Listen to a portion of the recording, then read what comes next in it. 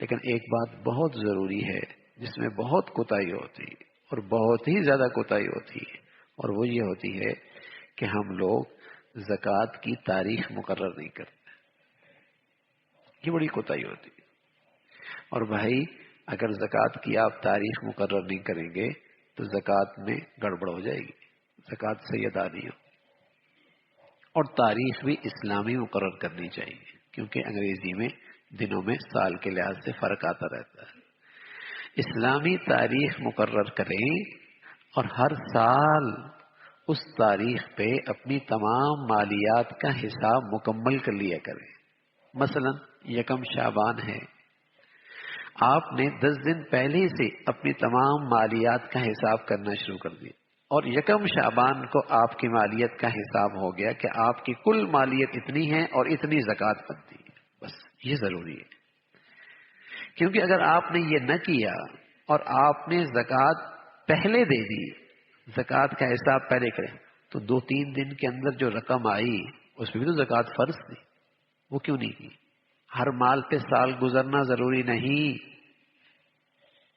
اگر ایک آدمی مالدار ہے اور 2 دن پہلے یا 1 دن پہلے اس کے اندر اور مال بھی شامل ہو گیا تو اس کو بھی دیگر مال کے ساتھ ملا کر زکوٰۃ دیں گے.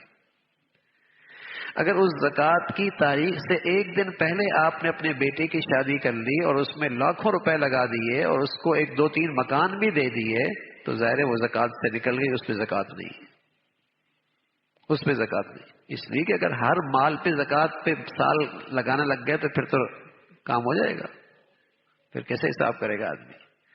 تو شریعت نے آسانی کی ہے کہ زکوٰۃ کی تاریخ مقرر کرو اور اس زکوٰۃ کی تاریخ سے پہلے جتنا مال شامل ہو گیا، جس دن زکوٰۃ کی تاریخ ہے اس کو سب کو شامل کر کے ٹوٹل کر لو، اور اس زکوٰۃ کی تاریخ سے بھی جتنے پہلے خرچ ہو گیا سو خرچ ہو گیا، اس پہ زکوٰۃ نہیں. چاہے 1 دن پہلے خرچ ہوا پورا سال اس پہ گزرا ہے، 5 دن پہلے خرچ ہوا پورا سال اس پہ گزرا ہے، 20 دن پہلے خرچ ہوا پورا سال اس پہ گزرا ہے، کوئی بات نہیں، اس پہ زکوٰۃ نہیں ہے.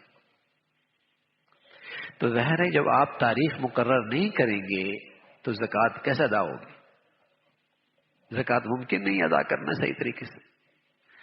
تو یہ بہت بنیاد، اور اب تک اگر تاریخ مقرر نہیں کی تو آئندہ مقرر کر لینا چاہیے کہ اس تاریخ کو میں اپنی تمام مالیات کا حساب ہر سال کروں گا.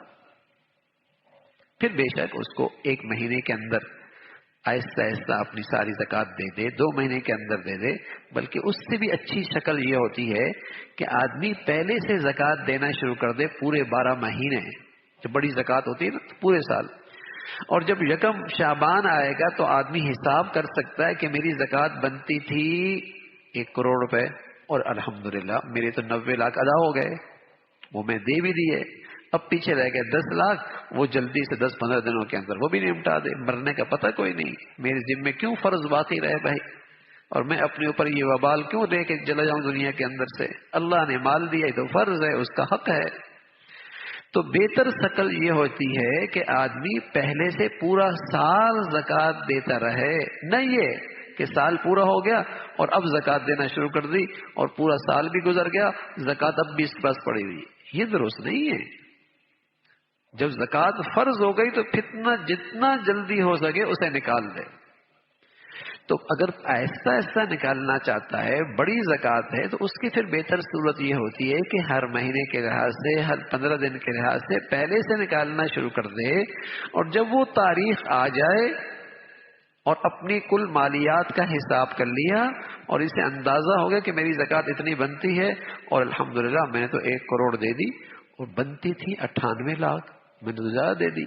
ارے میاں زیادہ دے دی تو صدقہ ہو گیا، اور اگر آپ صدقہ نہیں دینا چاہتے تو اس کو اگلے سال سے آپ مینیج بھی کر سکتے ہیں.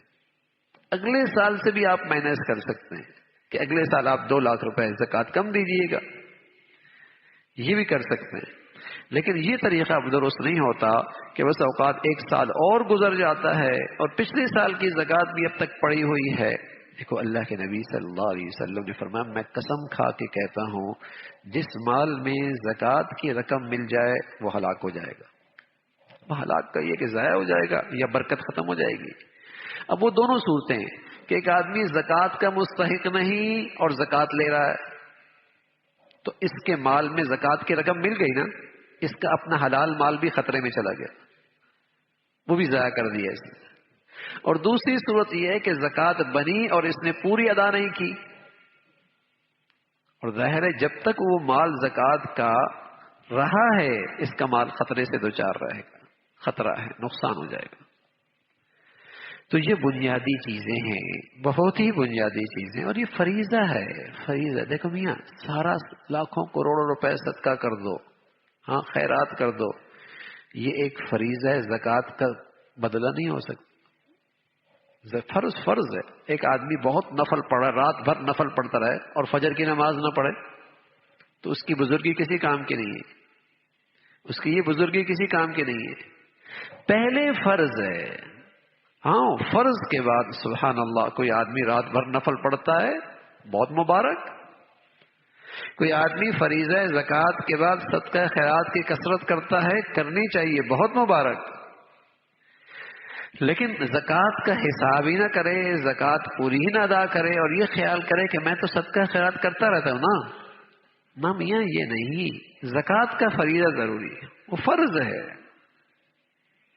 نفلی صدقہ خیرات فرض کے قائم مقام نہیں ہو سکتا، ہاں اس کی کمی پیشی پوری کر سکتا ہے، لیکن یہ ہے کہ وہ پورا ادا کرے۔ جیسے ہم فرض نماز تو پڑھے نا، پھر نفل پڑھتے ہیں، جو تھوڑا بہت بے خیالی سے نماز پڑھ لی، بے دھیانی سے نماز پڑھ لی، خشوع کے بغیر نماز پڑھ لی، اس کمی کو ہماری نفلی عبادت پوری کر دیں، نفلی عبادت سے وہ پوری ہو جائے گی۔